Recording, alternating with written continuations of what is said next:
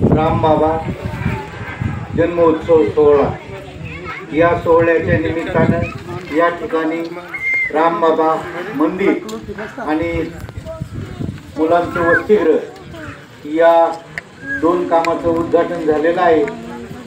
आणि या कार्यक्रमासाठी आवर्जून उपस्थित असलेले बीड जिल्ह्यातून आलेले सर्व, श्रीगोंदा तालुक्यातून आलेले सर्व, फुलमाळे असतील, गायकवाड असतील, अजून कुणी असतील, त्याचप्रमाणे आमच्या गावचे ग्रामपंचायत सदस्य संदीप भाऊ गांगर्डे, शरद भाऊ गांगर्डे आणि आलेले मान्यवर सिने अभिनेते आणि कर्जत तालुक्याचे भटक्या विमुक्त जमातीचे तालुका अध्यक्ष लष्कर भाऊ आणि जमलेल्या माझ्या बंधू आणि भगिनींनी,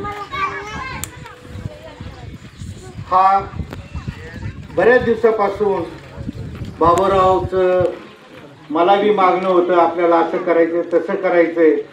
आणि त्या पद्धतीत ज्यावेळेस मांदळीला प्रोग्राम झाला त्यावेळेस मला बी त्या ठिकाणी आमंत्रित केलं, परंतु मला काही कामानिमित्त त्या ठिकाणी येता आलं नाही। लष्कर भाऊ, या समाजाचं माझं बाबूरावचे वडील साहेबराव फुलमाळी आणि त्यांच्याबरोबरची सगळी जुनी मंडळी, जवळजवळ यांचं माझं नातं म्हणजे घरगुती नातं आहे। जसं आमचं शेलार कंपनी संग घरगुती नातं आहे, त्याचप्रमाणे फुलमाळी कंपनी बरोबर बी आमचं घरगुती नातं आहे।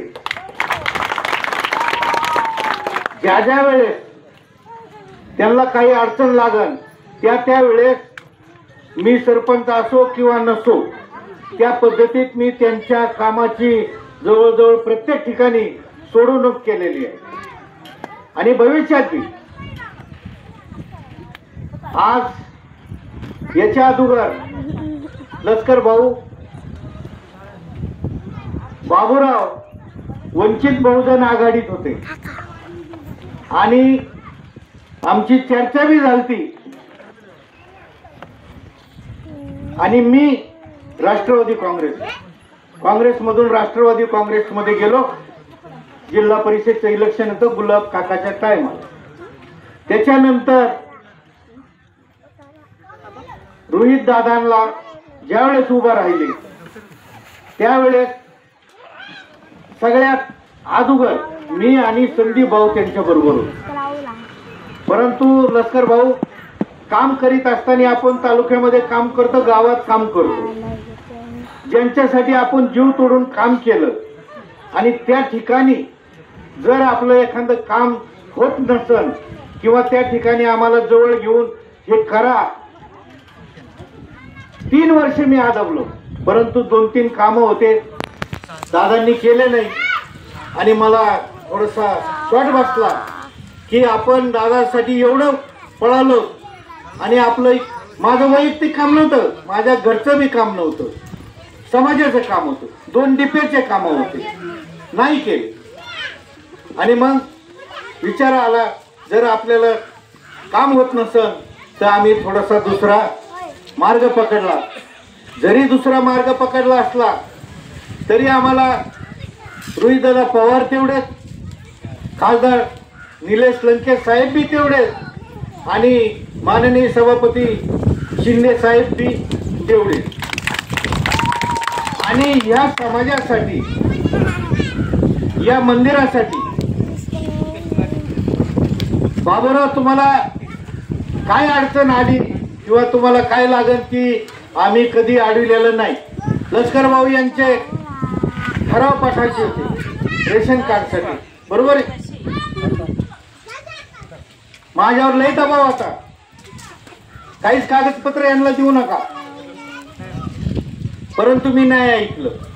मी म्हणलं मी गावचा आद्य नागरिक आहे, सरपंच आहे, मला गाव पूर्ण एक आहे,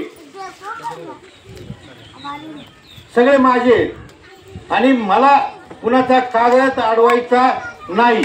मी त्यांना ठराव देऊन टाकला आणि यांना एकच विनंती आहे, बाबूराव आहे, रामभाऊ आहे, लष्कर भाऊ आहे, ज्या वेळेस ग्रामपंचायत मधून तुम्हाला कसला दाखला पिकला घ्यायचा म्हणलं तर लष्कर भाऊ ग्रामपंचायत काय म्हणते अगोदर, बरोबर, पट्टी भरा. तरी मी रामभाऊच्या म्हणण्यावर यांना ठराव देऊन टाकला, परंतु रामभाऊनी बरचसं ताणलंय.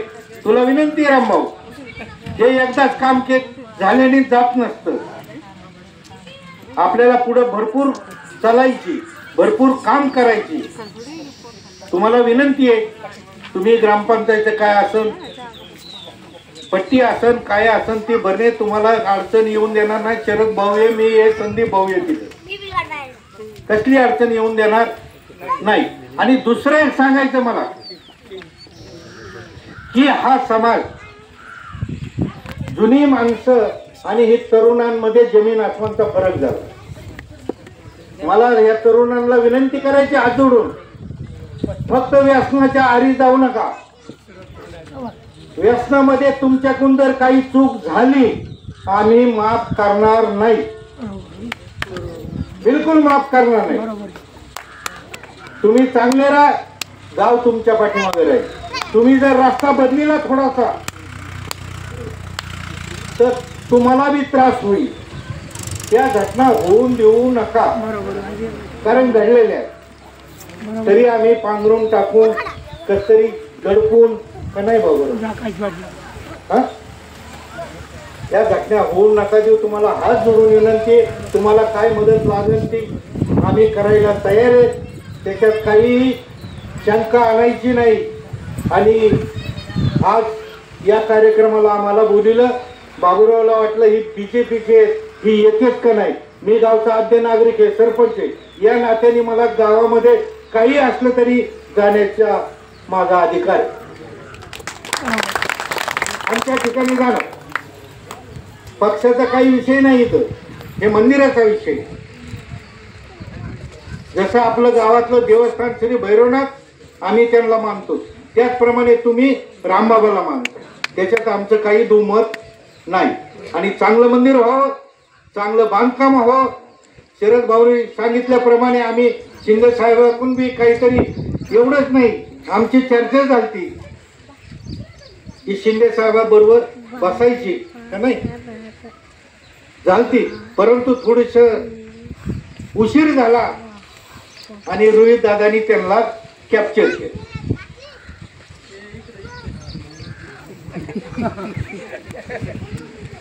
आणि त्याच्यातून हे बाबूराव आमच्या तावडीतून सुटले म्हणजे कुठे गेले नाही, ते आमच्या बरोबरच आहे. त्यांनी सांगितलंय ते आता राज्य लेवलवर काम करते, उदाहरणार्थ.